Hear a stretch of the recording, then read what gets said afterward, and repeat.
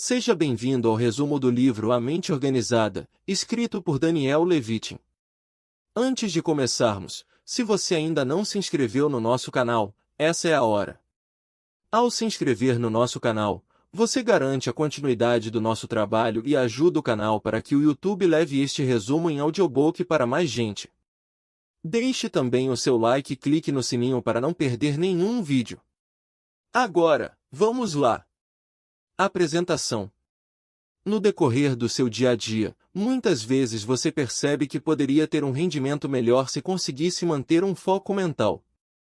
Você percebe que sua vida está cada vez mais desorganizada e seu raciocínio está lento?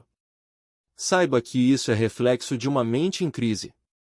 Para sua felicidade, aqui neste resumo do livro A Mente Organizada, você encontrará dicas para conseguir manter uma mente organizada e melhorar sua produtividade. Continue conosco e aprenda a como organizar a mente.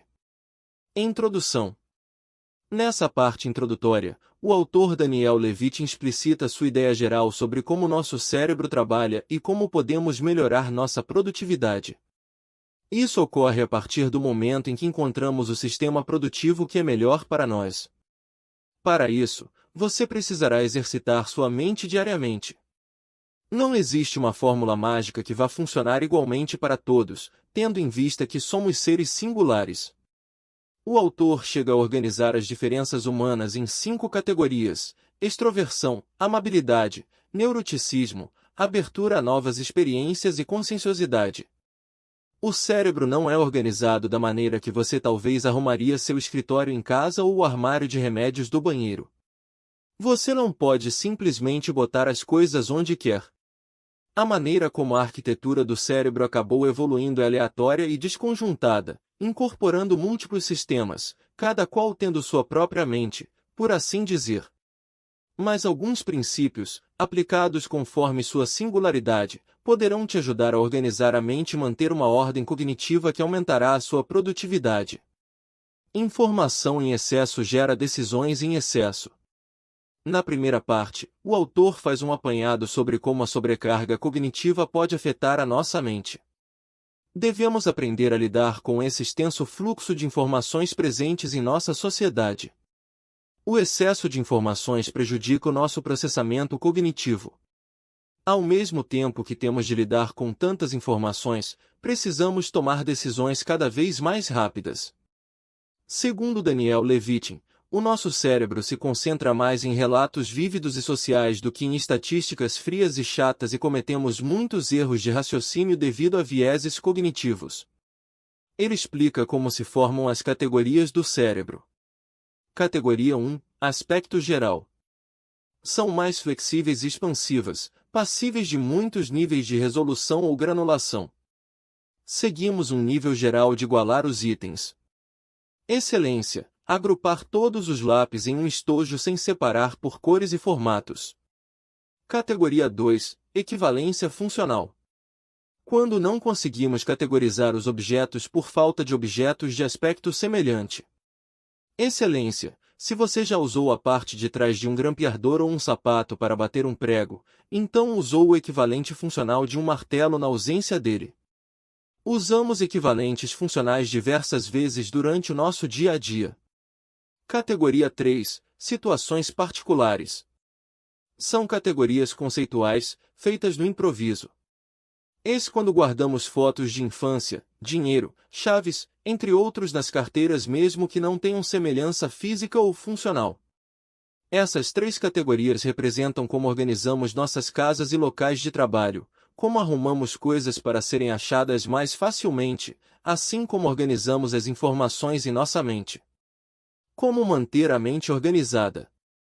O cérebro organiza a informação à sua própria maneira e, por isso, pode não ser tão útil algumas vezes, quando gera uma sobrecarga de informações. Por isso, o autor dá algumas dicas para conseguirmos manter a mente organizada. Nem todas as informações são importantes. Seja mais perspicaz e permita que apenas informações importantes sejam guardadas em sua mente. Não guarde o que não tem necessidade. Desenvolva um sistema de organização mental que funcione para você e que sirva para descarregar as informações. Por exemplo, Anote as coisas para que não precise gastar energia mental com a preocupação de lembrá-las. Crie lista de tarefas, classificando-as com facilidade para que a anotação também não cause confusão mental. Defina suas tarefas em campos, como coisas para se fazer hoje, coisas para se fazer esta semana, coisas que podem esperar e em gaveta da bagunça. Desafogue o máximo de informações que conseguir. Métodos para organizar a mente, a casa e a vida. Quando comparamos nossas vidas à de nossos ancestrais, percebemos que precisamos lidar com bem mais informações do que eles. Temos de lidar com situações de extremo estresse, que chegam a afetar nossa saúde física e mental. Quando perdemos o controle organizacional, nosso nível de cortisol, hormônio do estresse, chega ao pico, principalmente em mulheres. Altos níveis de cortisol podem levar à diminuição crônica da capacidade cognitiva, à fadiga e à supressão do sistema imunológico do corpo. Como organizar a casa e o trabalho? Podemos organizar os ambientes de nossa casa e nosso trabalho de tal modo que eles se tornem extensões de nossos cérebros. Para fazermos isso, precisamos aceitar a capacidade limitada de nosso executivo central. O relato padrão durante muitos anos foi de que a memória e a atenção chegavam a seu limite ao lidar com 5 a 9 itens sem relação um com o outro. Experiências mais recentes demonstraram que, em termos mais realísticos, esse número provavelmente está mais próximo de 4. O autor dá algumas dicas para conseguirmos alcançar uma organização saudável, sem extrapolarmos nosso limite cognitivo. Confira alguns exemplos dados pelo autor. Não verifique seu e-mail ou mídias sociais compulsivamente. Verifique só algumas vezes ao dia. Tenha uma gaveta de sucata onde possa colocar itens de categoria geral, mas organize-os sempre que puder. E tenha pastas de arquivos ou assuntos específicos, organizadas em ordem alfabética ou por assunto. Evite a multitarefa. Ela aumenta a produção do hormônio do estresse, o cortisol, e da adrenalina. Esses produtos químicos podem estimular em excesso o cérebro e causar pensamentos embaralhados. A multitarefa coloca o cérebro em um ciclo de feedback que o recompensa por perder o foco e prejudica sua mente. Quando estiver concentrado em fazer alguma tarefa, desligue distrações externas como TV, celulares, e-mails e outros equipamentos que podem tirar sua atenção. Esconda uma cópia da chave de casa no jardim ou na casa de um vizinho, assim como deve ter uma cópia da chave do carro na escrivaninha. Carregue um pendrive com todo o seu histórico médico. Como organizar as relações sociais?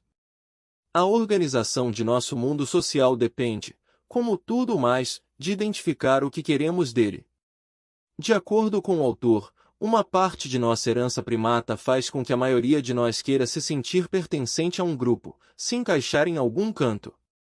Embora existam diferenças individuais, ficar muito tempo sozinho provoca mudanças neuroquímicas que podem resultar em alucinações, depressão, pensamentos suicidas, comportamento violento e até mesmo psicose. Essa tendência de não se deixar envolver é impulsionada por 3 poderosos princípios psicológicos interrelacionados. Adequação, um forte desejo de se adequar ao comportamento alheio na esperança de que isso nos ajude a conquistar a aceitação do nosso próprio grupo social. Comparação social, tendemos a examinar nosso comportamento em termos dos outros. Difusão da responsabilidade, baseia-se no sentido natural e inato de justiça e de querer castigar ao próximo. Entender a complexidade das nossas relações e sabermos administrar para que elas não prejudiquem nosso estado mental é crucial.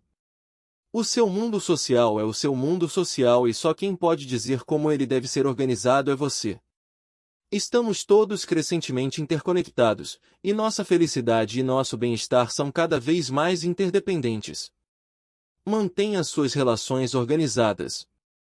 Evite que elas se tornem empecilhos para sua saúde mental, mas não evite tê-las. Somos seres sociais e precisamos estar em convívio em sociedade. Como criar uma rotina e definir horários? Você costuma dormir tarde e acordar mais cedo? Tira cochilos quando pode? Para Levitin, uma tática diária de administração do tempo que todos usamos e mal notamos gira em torno desse grande bloco temporal de tempo perdido, capaz de nos fazer sentir improdutivos, o sono. Uma enorme carga de processamento cognitivo acontece durante o nosso sono e, por isso, desempenha um papel vital na formação e na proteção das memórias. No processo do sono é que se conservam as memórias em sua forma original, como também extraímos características e significados das experiências. Isso permite que experiências novas sejam integradas a representações mais generalizadas e hierarquizadas do mundo externo que guardamos dentro da cabeça. A seguir, listarei os 3 tipos de processamento de informação que ocorrem durante o sono. Unificação. É a combinação de elementos discretos ou pedaços de uma experiência num conceito unificado.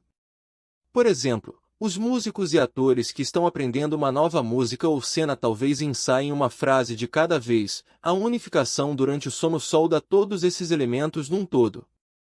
A assimilação. É quando o cérebro integra nova informação à estrutura em rede existente sobre as outras coisas que você já sabia.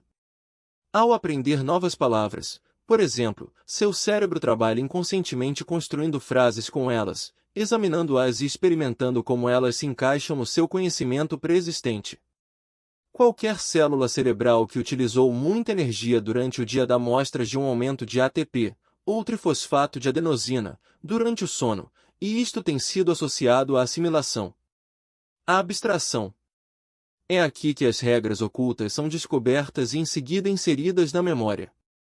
Se você aprendeu português quando criança, aprendeu certas regras sobre a formação de palavras, tais como acrescente um S ao final da palavra para formar o plural, ou acrescente eu no final da palavra para formar o passado.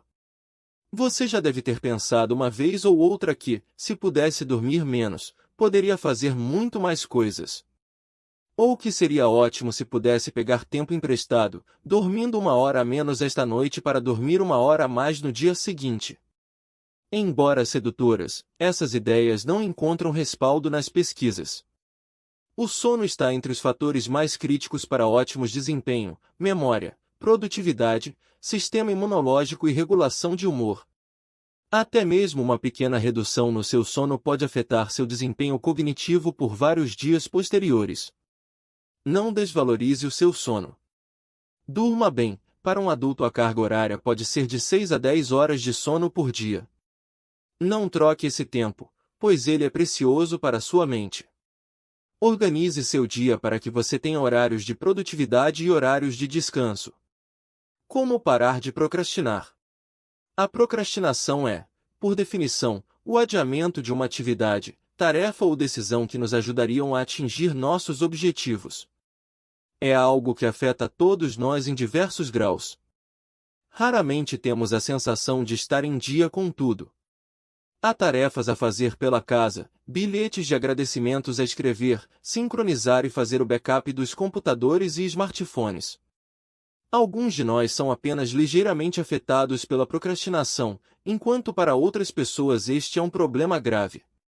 Na variedade de suas manifestações, toda procrastinação pode ser considerada uma falha de auto-organização, planejamento, controle dos impulsos, ou uma combinação dos 3. Foque em suas atividades e não deixe para depois o que você já pode fazer agora. Como organizar a família? Para Daniel Levitin, assim que uma criança tiver idade suficiente para entender o processo de arrumação e organização, devemos ensiná-los com nosso exemplo de organização, assim como devemos incentivar sua organização. Podemos trabalhar em sua organização usando exemplos como o armazenamento de objetos como animais de pelúcia, roupas, potes e panelas na cozinha. Faça um jogo de arrumação e rearranjo, por cor, altura, brilho, nome, tudo como um exercício para ver os atributos um a um. Devemos lembrar que ao aprender a se organizar cedo, levará a uma série de bons resultados, mesmo décadas depois, em termos de longevidade, saúde e desempenho no trabalho. Ser organizado é extremamente importante em nossa sociedade. A procrastinação é um problema mais difundido entre as crianças do que entre os adultos, portanto, eles precisam da ajuda dos adultos para manter uma vida mais organizada. Os adultos precisam praticar as orientações do autor também com as crianças. Demonstrar a eles a importância de ter uma mente e uma vida organizadas. Conclusão. Para finalizar, vamos rever rapidamente os principais insights do livro A Mente Organizada. Dê a devida importância à sua saúde mental. Filtre as informações que você recebe diariamente e guarde apenas o que é importante. Anote informações e tarefas para que não precise gastar seu pensamento cognitivo para guardá-las. Não desvalorize o seu sono. Ele é extremamente essencial para um bom desempenho cognitivo. Descanse mais. Seja organizado em todas as áreas da sua vida, incluindo nos seus relacionamentos. Não se isole do mundo e mantenha relações saudáveis. Evite multitarefas. Foque numa tarefa de cada vez e evite distrações. Mantenha sua casa e ambiente de trabalho organizados. Ensine seus filhos para que eles também sejam organizados. Eles são o futuro do mundo. E se você gostou dos insights desse resumo, não se esqueça de deixar seu like, compartilhar com os amigos e, claro, se inscrever no canal para mais conteúdo transformador. Nos vemos no próximo vídeo. Até lá!